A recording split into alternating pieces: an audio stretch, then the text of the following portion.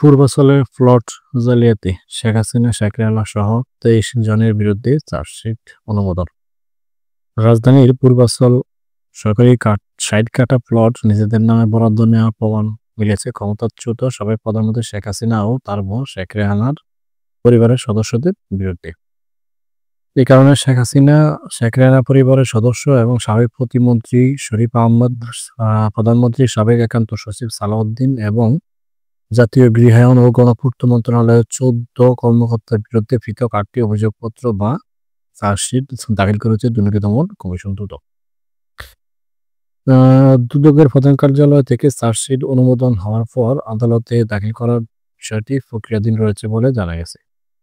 চার্জশিটের আসামিরা হলেন সাবেক প্রধানমন্ত্রী শেখ হাসিনা, তার ছেলে সজীব ওয়াজেদ জয়, মেয়ে সাইমা ওয়াজেদ, বোন শেখ রেহানা, শেখ রেহানার মেয়ে, রেহানার মেয়ে ও British MP Tulip Rizwana Siddiq, ছেলে রাদওয়ান মুজিব সিদ্দিক ও অপর মেয়ে আজমিনা সিদ্দিক।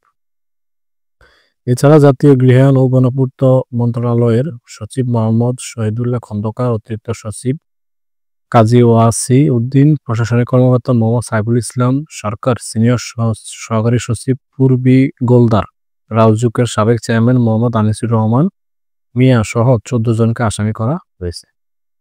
জানা গেছে, প্লট বরাদ্দ পাওয়ার যোগ্য না হয়েও সরকারের সর্বোচ্চ পদাধিকারী ও পাবলিক সার্ভেন্ট হিসাবে বহাল থাকাকালে ক্ষমতার অপব্যবহার করে পূর্বাঞ্চল আবাসন প্রকল্পের ২৭ নম্বর সেক্টরের ২২৩ নং রাস্তার ৬টি প্লট বরাদ্দ দেওয়া হয়েছে।